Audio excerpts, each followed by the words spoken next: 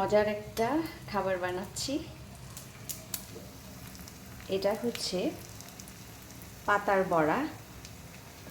এখানে দুই ধরনের ডাল ব্যবহার করেছি, একটা হচ্ছে মসুর ডাল আর একটা হচ্ছে খেসারি ডাল, সাথে অল্প একটু ভাতের চাল দিয়ে একটু ধুয়ে ভিজিয়ে রেখেছি কিছুক্ষণ, তারপর ব্লেন্ডার করেছি।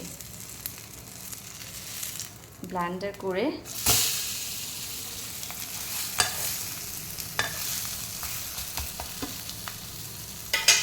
তারপর একটু আদা রসুন বাটা, একটু মরিচের গুঁড়ো, একটু হলুদের গুঁড়ো, একটু জিরা, একটু ধনিয়া আর একটু লবণ দিয়ে ডালটাকে ভালোভাবে মেখেছি। মেখে তারপর যে পাতায় করব, আজকে আমি করেছি হচ্ছে চাল কুমড়ার পাতাতে।